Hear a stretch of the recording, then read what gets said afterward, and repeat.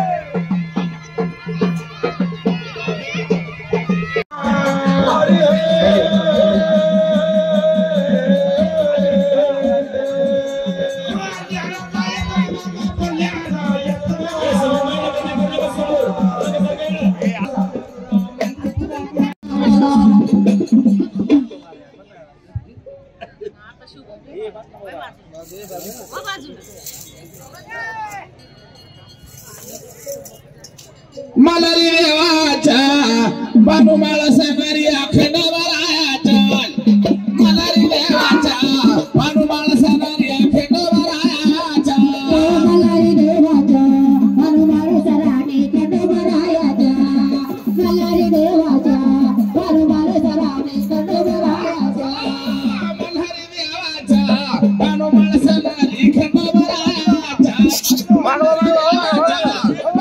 सणारी अखंडवरायाचा. Yes मराठीसाठी भाऊसाहेब पिंगळ, दिंडोरी.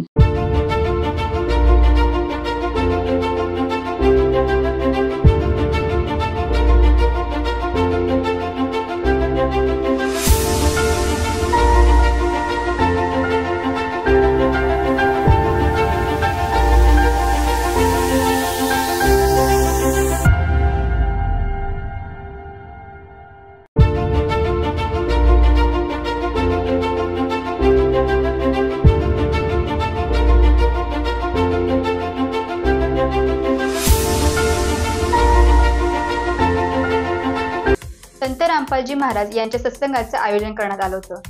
पाहूया त्यासंबंधित सविस्तर वृत्त. पवित्र श्रीमद भगवद्गीतेमध्ये वर्णवित परम अक्षर ब्रह्माला शरण गेल्यास दुःख न समाप्त होते, असे जगद्गुरू तत्वदर्शी संत रामपालजी महाराज यांचे प्रतिपादन. जगद्गुरू तत्वदर्शी संत रामपालजी महाराज यांचे विशाल सत्संगाचे सुदर्शन लॉन्स इंदिरानगर नाशिक येथे आयोजन करण्यात आले होते. आयोजित सत्संगामध्ये राज्यभरातून संत रामपालजी महाराजांचे शेकडो अनुयायी मोठ्या संख्येने उपस्थित होते. यावेळी अनुयायांनी मोठ्या श्रद्धेने सत्संग श्रवण करत असताना संत रामपालजी महाराज यांनी श्रीमद भगवद्गीतेमधील अनेकानेक गूढ रहस्य प्रमाणात दाखवून देत शास्त्र अनुकूल सद्भक्ती का करावी व ती केल्याने मनुष्यास काय लाभ होतो आणि शास्त्राविरुद्ध भक्ती केल्याने काय हानी होते हे दाखवून दिले. संत रामपालजी महाराज हे संपूर्ण जगाला आवाहन करीत आहे की अगोदर प्रत्येकाने हे अद्वितीय गूढ ज्ञान समजून घ्या. त्याकरिता ज्ञानगंगा व जगाचा मार्ग पुस्तक निःशुल्क मागवून त्यातील प्रमाण तपासून नक्की वाचा आणि मगच उपदेश घ्या. उपदेश घेण्या अगोदर हे सांगतात की तीनो देवा कमलदल बसे ब्रह्मा विष्णू महेश प्रथम श्री ब्रह्माजी श्री विष्णूजी व श्री शिव हे शरीरातील कमल चक्रामध्ये या देवांचा वास असून त्यांची खरी साधना करून प्राप्त करण्याचा विधी हा गीता वेद पुराणमध्ये वर्णवित आहे. आणि तोच विधी संत रामपालजी महाराज हे मनमुखी भक्तविधी न सांगता आपले संत ग्रंथ घडवून प्रमाणासहित दाखवून देतात. जगद्गुरू तत्वदर्शी संत रामपालजी महाराज यांच्याद्वारे लिखित आध्यात्मिक ज्ञानगंगा व जगण्याचा मार्ग हे ग्रंथ वाचण्यात अत्यंत गरजेचे आहे असे सांगितले. अध्याय नंबर 18 श्लोक नंबर 62च नव्हे तर सद्गुरू रामपालजी महाराजांनी श्रीमद पवित्र भगवद्गीतेचे असे काही रहस्य उलगडलेले आहे की आजवर ते शंकराचार्य आचार्य मंडलेश्वर मोठ्या मोठ्या धर्मगुरूंना सुद्धा त्या प्रश्नांचे उत्तर सांगता आले नाही. तर श्रीमद पवित्र भगवद्गीतेत अध्याय नंबर 18 श्लोक नंबर 62 त्या परमात्मासाठी तो संकेत आहे सांगितलेला गीता ज्ञानदाताने की ऊर्ध्व तमेव गच्छ सर्व भावेन भारत तत्प्रसादात परम शांती प्राप्स्यस्य शाश्वतम. हा अध्याय नंबर 18 श्लोक नंबर 62 असं सांगतोय. त्याचा मराठी अनुवाद असं सांगतायत व्यवस्थित गुरुजी की अर्जुना तू त्या एका परमेश्वराच्या शरणात निघून जा. तमेव गच्छ सर्व भावेन भारत. त्यानंतरच तुला त्या परमात्माच्या तत्पश्चात त्या परमात्माची तुला प्राप्ती होऊ शकते. तो परमात्मा कोण आहे त्याचे सर्व अनुवाद व्यवस्थित सद्गुरू रामपालजी महाराजांनी रहस्ययुक्त अगदी उलगड करून व्यवस्थित सांगितलेलं आणि ते पूर्ण परमात्मा बंदी छोड कबीर साहेब आहेत याचे प्रमाण सुद्धा आपल्याला वेदांमध्ये पाहायला मिळते. श्रीमद भगवद्गीतेच्या अध्याय नंबर 1 ते 4 आणि 16-17 मध्ये त्या तत्व संतांची शरण घेण्यासाठी सांगितलेलं आहे गीता ज्ञानदाताने. तर नेमके तत्व संतांची ओळख कशी आणि त्याला कसं ओळखायचं तुम्ही सांगू शकाल? जी एक्झॅक्ट फारच हा पण उत्तम प्रश्न विचारला सर आपण, जो आजवर अनेक लोकांना ह्या प्रश्नाची उलगड आजवर झालेली नाही आहे. की सद्गुरू रामपालजी महाराज आपल्या सत्संगात सांगतात की त्या तत्वदर्शी संतांची ओळख जर अर्जुना तुला करून घ्यायची असेल त्याची लक्षणं सांगितली आहेत तत्वदर्शी संतांचे की अध्याय नंबर पवित्र भगवद्गीता अध्याय नंबर 15 श्लोक नंबर 1 ते 4 मध्ये सांगितलं आहे. प्रथम अध्याय त्याचा 15वा अध्यायातला 1 नंबरचा श्लोक म्हटलं की ऊर्ध्वमूल मदशाकम अश्वत्थम प्राहुरवयम छंद अस्यस्य प्रणानियतम वेदस्य वेदविद. की अर्जुना जो कोणी संत ह्या उलट्या लटकलेल्या पिंपळाच्या वृक्षाचं वर्णन जो कोणी त्या पिंपळाच्या वृक्षाचं वर्णन प्रत्येक विभाग वेदांच्या आधाराने सांगून देईन वेदांच्या आधाराने वेदविद सांगून देईन तो पूर्ण तत्वदर्शी संत त्या सर्व पिंपळाच्या वृक्षाचे एक एक छंद जाणतो आणि त्याच तत्वदर्शी संतांच्या शरणात आपल्याला जायला सांगितलंय. येस मराठीसाठी शरद लोहकरे, लासलगाव. जागतिक आर्थिक परिषदेला जात असताना माननीय मुख्यमंत्री यांनी प्रसारमाध्यमांशी संवाद साधला. पाहूया त्यासंबंधित एक रिपोर्ट. स्वित्झर्लंड येथील दावोस शहरात 15 ते 19 जानेवारी दरम्यान होणाऱ्या जागतिक आर्थिक परिषदेसाठी माननीय मुख्यमंत्री रवाना झाले. तत्पूर्वी प्रसिद्ध माध्यमांशी त्यांनी संवाद साधून या दौऱ्याची माहिती दिली. या परिषदेच्या माध्यमातून 3,10,000 कोटींचे सामंजस्य करार करण्यात येणार आहेत.